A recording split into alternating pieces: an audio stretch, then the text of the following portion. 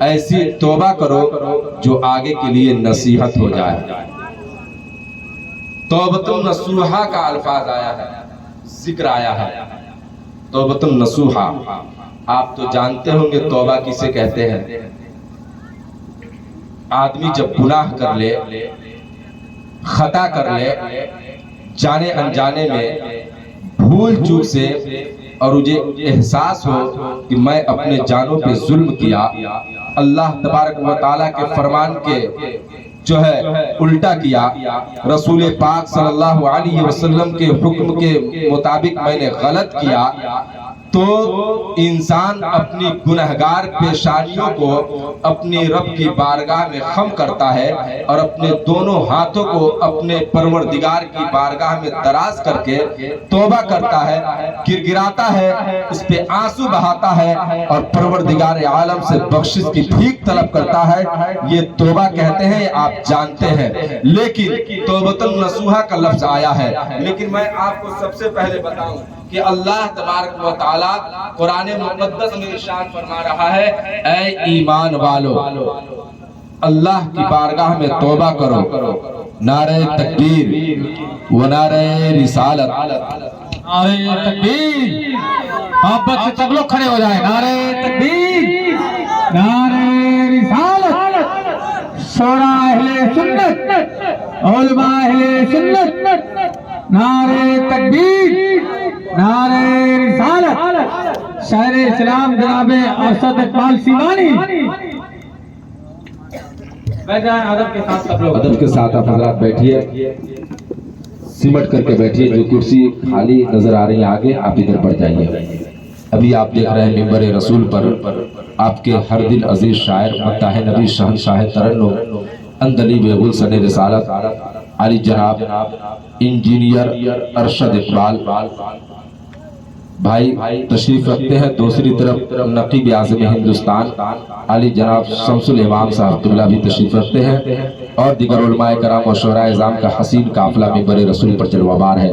تو میں یہ عرض کر رہا تھا کہ توبۃ النصوحہ کا ذکر پروردگار عالم قرآن مقدس میں ارشاد فرمایا، توبۃ النصوحہ کا ذکر آ رہا ہے کہ اے ایمان والو اپنے پروردگار کی بارگاہ میں ایسی توبہ کرو جو آگے کے لیے نصیحت ہو جائے۔ میں آپ سے پوچھنا چاہتا ہوں، توبۃ النصوحہ کسے کہتے ہیں؟ آپ میرے دامن کو پکڑ کر کے سوال کریں گے، حافظ صاحب اب بات تو سمجھ میں آ رہی ہے کہ توبہ اسے کہتے ہیں کہ جو انسان گناہ کر لے، خطا کر لے، اور اسے جب احساس ہو کہ میں نے اپنے جانوں پہ ظلم کیا، میں نے کوئی گناہ کیا، اپنے پروردگار کی بارگاہ میں اپنے ہاتھوں کو دراز کر کے ندامت کے دو آنسو بہا کے اپنے پروردگار عالم کی بارگاہ میں بخشش کی بھیک طلب کر کے اسے گر گرائے، اس کو توبہ کہتے ہیں۔ لیکن توبۃ النصوحہ کسے کہتے ہیں؟ تو میں آپ کو بتانا چاہتا ہوں، حضرت سیدنا عمر فاروق رضی اللہ تعالی عنہ ارشاد فرماتے ہیں، توبۃ النصوحہ اس توبے کا نام ہے کہ جب ایک مرتبہ انسان کو یہ احساس ہو جائے کہ میں نے اس گناہ کو کیا، اور اس گناہ سے اس طریقے سے توبہ کر لے، اس طریقے سے اس گناہ کو توبہ کر لے کہ دوبارہ اس گناہ کا خیال تک اپنے دماغ میں ڈالا ہے۔ توبۃ النصوحہ حضرت سیدنا عمر فاروق فرماتے ہیں، اسے کہتے ہیں جب ایک مرتبہ انسان شراب نوشی کی محفل میں چلا جائے اور اسے معلوم ہو کہ میں نے یہ غلط کیا ہے، تو دوبارہ اس گناہ سے اس طریقے سے توبہ کر لے، اس طریقے سے توبہ کر لے کہ اپنے قدم کو دوبارہ اس کے طرف نہ بڑھائے۔ حضرت عمر فاروق فرماتے ہیں، توبۃ النصوحہ اس توبے کا نام ہے کہ دوبارہ قدم بھی اس گناہ کی طرف نہ لے جائے، دوبارہ خیال بھی اس گناہ کی طرف نہ لے جائے، دوبارہ اس گناہ کے بارے میں دماغ میں نہ لائے، اور اس طریقے سے اس گناہ سے پھر جائے، اس طریقے سے اس گناہ سے منہ موڑ جائے۔ حضرت سیدنا عمر فاروق اس کی مثال بیان کرتے ہیں اور کہتے ہیں، توبۃ النصوحہ اس توبے کا نام ہے کہ جب ایک مرتبہ انسان اپنے گناہ سے توبہ کر لے تو دوبارہ اس گناہ کی طرف اس طریقے سے رجوع نہ کرے، اس طریقے سے اس گناہ کا خیال تک اپنے دماغ میں نہ لائے، جس طریقے سے تھن سے نکلنے کے بعد واپس دودھ تھن میں نہیں جاتا ہے، اسی طریقے سے انسان اس توبے کو کرنے کے بعد دوبارہ خیال۔ کیا بات ہے، سبحان اللہ سبحان اللہ۔ اس توبے کا نام ہے۔ حضرت سیدنا عمر فاروق فرماتے ہیں، جس طریقے سے تھن سے دودھ نکلنے کے بعد واپس تھن میں نہیں جاتا ہے دودھ، اسی طریقے سے جب انسان اپنے گناہوں سے ایک مرتبہ توبہ کر لے تو دوبارہ اس گناہ کا خیال تک اپنے دماغ میں نہ لائے، اسی توبے کا نام توبۃ النصوحہ ہے۔ میرے عزیز میرے بھائی، تو ہم اس محفل میں اس غرض سے آئے ہیں کہ کچھ دین کی باتیں سیکھیں اور اپنے دامن میں لے کر کے جائیں، اور کل ان باتوں پہ عمل پیرا ہو، تاکہ پروردگار عالم اس دین کی بات پہ عمل پیرا ہونے کے صدقے میں ہماری دنیا کو بھی سنوار دے اور مرنے کے بعد آخرت کو بھی کامیاب بنا دے۔ میرے عزیز، تو سب سے پہلے آپ نیت کو درست کیجئے۔ انشاءاللہ آج کی محفل سے ہم جو کچھ بھی لے کر کے جائیں گے، کل ان باتوں پہ عمل کی کوشش کروں گا۔ نیت کریں، سب سے پہلے نیت امپورٹنٹ ضروری ہے۔ آپ نیت کو درست کیجئے اور دل میں یہ خیال لے کر کے جب محفل میں بیٹھیں گے نا، تو اللہ تبارک و تعالیٰ ایک ایک سانس کے بدلے آپ کو نیکیوں سے مالا مال کرے گا۔ سبحان اللہ، سبحان اللہ۔ نیت، اور میرا رب تو اتنا بڑا رحیم ہے، اتنا بڑا کریم ہے، اتنا بڑا رحیم ہے کہ اس کی رحیم شان رحیمی تو دیکھیے، اس کی شان کریمی تو دیکھیے۔ انسان ایک مرتبہ کسی نیک کام کا ارادہ کرتا ہے تو پروردگار عالم فرشتوں کو حکم دیتا ہے، اسی وقت سے اس کے نامہ اعمال میں نیکی لکھانا شروع ہو جاتا ہے۔ جب تک کہ وہ کام کیا نہیں ہے، وہ عمل کیا نہیں ہے، اس کام کو انجام نہیں دیا ہے، صرف نیت کیا ہے، تو پروردگار عالم فرشتوں کو حکم دیتا ہے اس کے نامہ اعمال میں اس کی نیتی پر، اس کی نیک نیتی پر نیکی لکھتے چلے جاؤ۔ لیکن میرے رب کا کرم تو دیکھیے کہ جب بندہ گناہ کا ارادہ کرتا ہے تو اس کے نامہ اعمال میں اس وقت تک کہ گناہ نہیں لکھا جاتا جب تک کہ وہ بندہ گناہ نہ۔ شاعر کہتے ہیں، تیری رحمتوں کا بھی کوئی حد نہیں، میری غفلتوں کا بھی کوئی حد نہیں، نہ تیری عطا کا شمار ہے نہ میری خطا کا شمار۔ وہ عطا پہ عطا کیے جاتا ہے اور ہم خطا پہ خطا کیے جاتے ہیں۔ شاعر کہتے ہیں، اگر وہ چاہے تو صحروں کو صاف کر دے گا، سمندروں کی تہوں میں شگاف کر دے گا، ہر ایک گناہ کا اس کو حساب ہے، لیکن کرم پہ آئے تو سب کچھ معاف کر دے گا، کرم پہ آئے تو سب کچھ معاف کر دے گا۔ بس آپ اپنے گناہ سے توبہ کیجئے، آپ کے دل میں یہ احساس جگ جائے کہ ہم نے یہ گناہ کیا ہے، یہ غلط کام کیا ہے، غلط کلامی کسی سے کیا ہے، غلط باتیں کی ہے جو ہمیں نہیں کرنی چاہیے، تو آپ اس گناہ سے توبہ کیجئے۔ اور باتیں بہت طویل ہیں، لیکن علماء اکرام و شورائے اعظام کا طویل قافلہ منبر رسول پر موجود ہے، میں چاہتا ہوں اپنے باتوں کو جو ہے سمیٹوں۔ اب میں آپ کو یہ بتانا چاہتا ہوں کہ جو بندہ اپنے پروردگار کی بارگاہ میں توبہ کر لیتا ہے تو میرا پروردگار اسے کن نعمتوں سے مالا مال کرتا ہے، اس کی دعاؤں میں کس قدر اثر رکھتی ہے، پروردگار عالم کی بارگاہ میں اس کی دعا کیسے قبول ہوتی ہے، میں آپ کو بتانا چاہتا ہوں۔ آج دعا کرتے کرتے ہم تھک چکے ہیں، کسی مولوی کے پاس جا رہے ہیں، کوئی باپ سے کہہ رہا ہے، کوئی ماں سے کہہ رہا ہے، کوئی دوست سے کہہ رہا ہے میرے لیے دعا کیجیے گا، کوئی اپنے امام سے کہہ رہا ہے میرے لیے دعا کیجیے گا، لیکن جب بندہ مومن اپنے گناہ سے توبہ کر لیتا ہے اور پروردگار عالم کی بارگاہ میں سجدہ ریز ہو جاتا ہے اور نیک نیتی کے ساتھ اپنے دونوں ہاتھوں کو اپنے پروردگار کی بارگاہ میں دراز کر کے جب وہ دعا کرتا ہے تو پروردگار عالم اس کی دعا کو اس طریقے سے قبول کرتا ہے، اس طریقے سے قبول کرتا ہے کہ جب آپ سنیے گا تو مچل جائیے گا۔ میں آپ کو بتانا چاہتا ہوں، آپ نے بہت بڑے اللہ کے محبوب بندے جو وقت کے بادشاہ بھی ہیں، آپ نے حضرت ابراہیم بن ادہم کے واقعہ کو سنا ہوگا۔ حضرت ابراہیم بن ادہم ہے، حضرت ابراہیم بن ادہم جو اپنے وقت کے بہت بڑے بادشاہ ہیں، بہت بڑے بادشاہ ہیں، لیکن جب ان کے دل میں خیال آیا کہ یہ بادشاہیت، یہ شہرت، یہ عزت سے میرا پروردگار خوش نہیں ہو سکتا ہے، یہ دھن و دولت سے میرا رب راضی نہیں ہو سکتا ہے، تو حضرت ابراہیم بن ادہم ان تمام دولتوں کو ٹھوکر مار کے اللہ تبارک و تعالیٰ کے رضامندی کے راستے میں نکل پڑے۔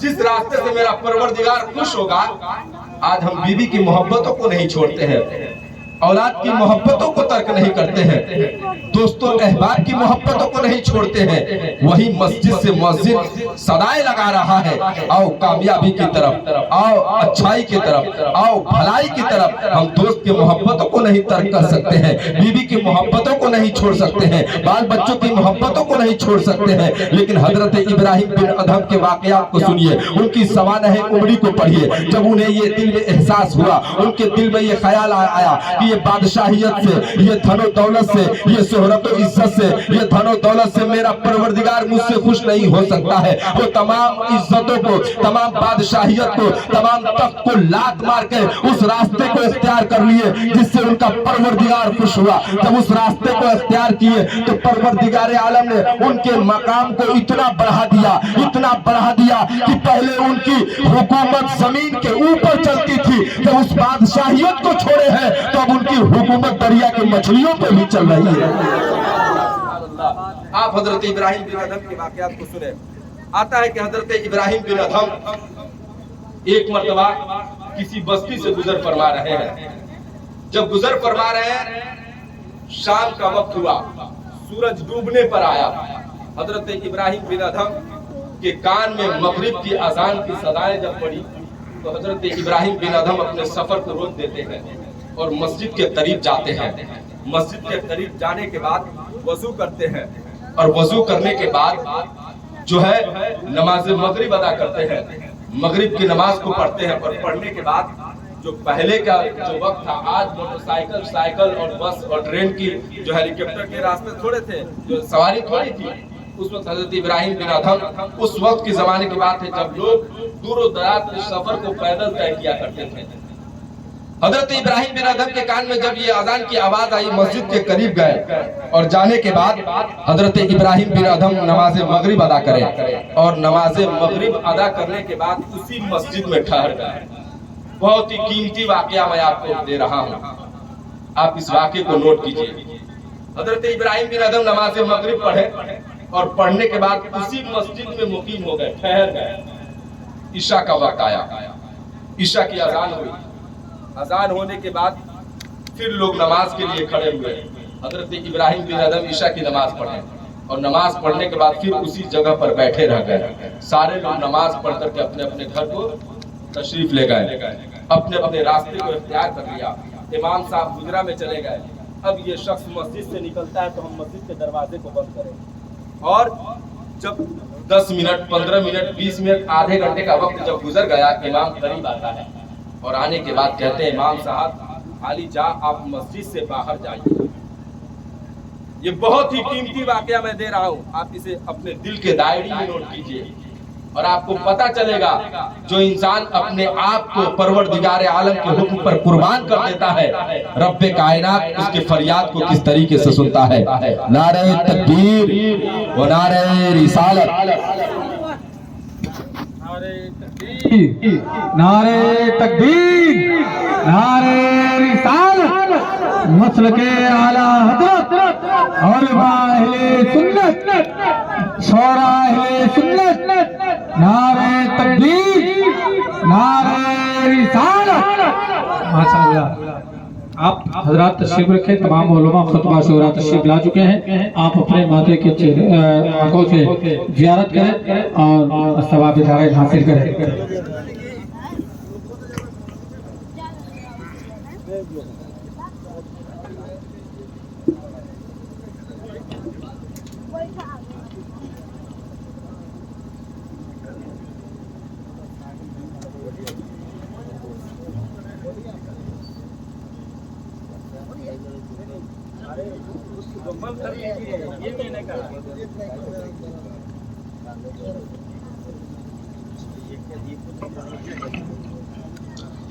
محترم حضرات, آپ اپنے ماتھے کی نگاہوں سے دیکھ رہے ہیں منبر رسول پر پیر طریقت, رہبر راہ شریعت, گل گل بنے خیابان قادریت, رازدار حقیقت حضرت علامہ و مولانا عباد الرحمن صاحب قبلہ بکاروی تشریف فرما ہے.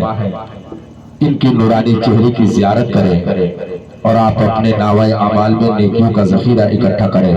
پھر دوسری طرف دیکھیے تو آپ کے ہر دل عزیز شاعر مداح نبی شہنشاہ ترنم اندلی و گلشن رسالت علی جناب اختر ضیاء مظفر پوری صاحب قبلہ کی آمد ہو چکی ہے. پھر آپ دیکھیے ہندوستان کا وہ عظیم نقیب اہل سنت ماہر شعر و شعر حضرت علامہ و مولانا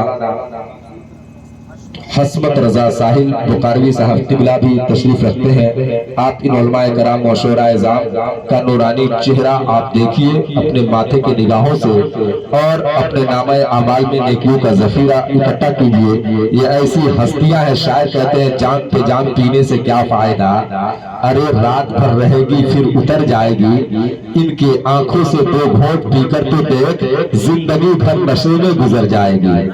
ان کی آنکھوں سے 2 گھونٹ پی کر تو دیکھ زندگی بھر نشے میں گزر جائے گی. محترم حضرات، تو میں یہ عرض کر رہا تھا کہ جو انسان اپنی گناہوں سے توبہ کر کے اپنے پروردگار عالم کی بارگاہ میں سجدہ ریز ہو جاتا ہے تو پروردگار عالم اس کی باتوں کو کس طریقے سے سنتا ہے، اس کی آواز میں کیسی تاثیر ہوتی ہے، میں آپ کو بتانا چاہتا ہوں. تو حضرت ابراہیم بن ادہم جب اس مسجد میں عشاء کی نماز پڑھ کے مقیم ہوتے ہیں، بڑی ہی سوٹ میں چل رہا ہوں، آپ اپنے توجہ کا ادھر رکھیں. جب مقیم ہوئے امام صاحب قریب آتے ہیں اور کہتے ہیں علی جا آپ مسجد سے باہر جائیے، مسجد سے باہر جائیے. حضرت ابراہیم بن ادہم کہتے ہیں کیوں؟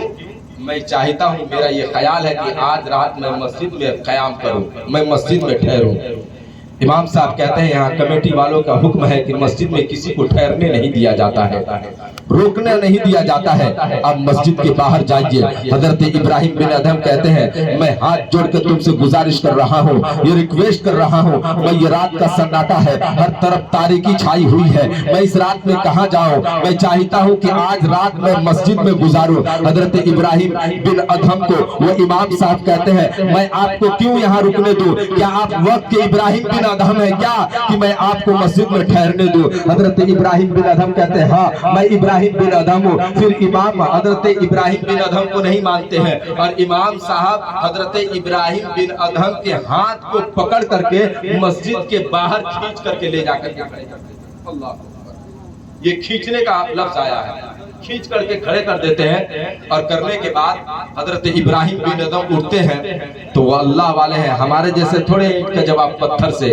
وہ اللہ والے. تبھی تو شاعر کہتے ہیں کہ خدا والے دلوں کی بستیاں آباد کرتے ہیں، اسیر کفر کو ہر قلب سے آزاد کرتے ہیں. چلا آتا ہے بیت اللہ خود ان کی زیارت کو، شمیم قلب سے جو مصطفیٰ کو یاد کرتے ہیں. وہ اللہ والے تھے. اٹھتے ہیں، زمین سے اٹھتے ہیں اور اٹھنے کے بعد اپنے جسم کے گرد و غبار کو صاف کرتے ہیں اور سر اٹھا کر دیکھتے ہیں تو کیا دیکھتے ہیں؟ بغل میں چولہا جل رہا ہے اور اس چولہے پر کوئی شخص ہے جو پتیلا چڑھا ہوا ہے، دیگ چڑھا ہوا اور کچھ بنا رہا ہے. حضرت ابراہیم بن ادہم سوچتے ہیں ٹھنڈی کا موسم ہے، اس چولہے کے قریب جاتے ہیں اور جو کھانا بنا رہا تھا اس شخص کو سلام کرتے ہیں. سلام کرنے کے بعد وہ شخص حضرت ابراہیم بن ادہم کے سلام کا کوئی جواب نہیں دیتا ہے. بڑی مختصر میں اور تیزی کے ساتھ میں چل رہا ہوں. جب جواب نہ ملا حضرت ابراہیم بن ادہم ہاتھ باندھے کھڑے ہو گئے. پھر اس شخص کو دیکھتے ہیں، وہ شخص ہے جو کھانا تو ضرور بنا رہا ہے لیکن اس کے ساتھ اشارہ کر رہا ہے آپ بیٹھیے. اس کے اشارے کو پا کر کے حضرت ابراہیم بن ادہم چولہے کے قریب بیٹھ جاتے ہیں اور کیا دیکھتے ہیں؟ وہ کھانا تو ضرور بنا رہا ہے، کبھی دائیں دیکھ رہا ہے، کبھی بائیں دیکھ رہا ہے، کبھی آگے دیکھ رہا ہے، کبھی پیچھے دیکھ رہا ہے. حضرت ابراہیم بن ادہم اس کیفیت کو دیکھتے رہے. جب کچھ دیر گزر چکا، وہ شخص کھانا بنا چکا، تب حضرت ابراہیم بن ادہم کے سلام کا جواب دیتا ہے وعلیکم السلام ورحمت اللہ وبرکاتہ. حضرت ابراہیم بن ادہم کہتے ہیں اے شخص میں نے تجھے سلام گھنٹوں پہلے کیا ہے اور تم سلام کا جواب گھنٹوں بعد دے رہے ہو، آخر اس میں ماجرا کیا ہے، آخر وجہ کیا ہے، اس میں راج کیا ہے؟ وہ شخص کہتا ہے میری دوست سنو، میرا عزیز سنو، اس سے پہلے میں کسی قوم کا مزدور تھا، میں کھانا بنانے کا مزدوری لے لیا تھا. میں یہ نہیں چاہتا جس وقت میں دوسرے سے بیچ چکا ہوں، اس کی مزدوری کو طے کر چکا ہوں، میں وہ وقت میں کوئی کام کروں. اب میں اس کے مزدوری سے فارغ ہو چکا، اس کے کام کو کر لیا، اب یہ میرا ٹائم ہے، اس لیے میں نے تیرے سلام کا جواب گھنٹوں بعد. جملے کو سنتے ہیں تو حضرت ابراہیم بن ادہم کہتے ہیں کہ یہ شخص بہت ہی متقی اور پرہیزگار ہے تو یہ ضرور کوئی اللہ کا محبوب بندہ ہوگا. حضرت ابراہیم بن ادہم کہتے ہیں اچھا یہ تو بتاؤ اس مزدوری کو لے کر کے تم کیا کرتے ہو؟ وہ شخص کہا میں یہ مزدوری کو لیتا ہوں، ایک ڈانگ اور ایک درہم ملتا ہے،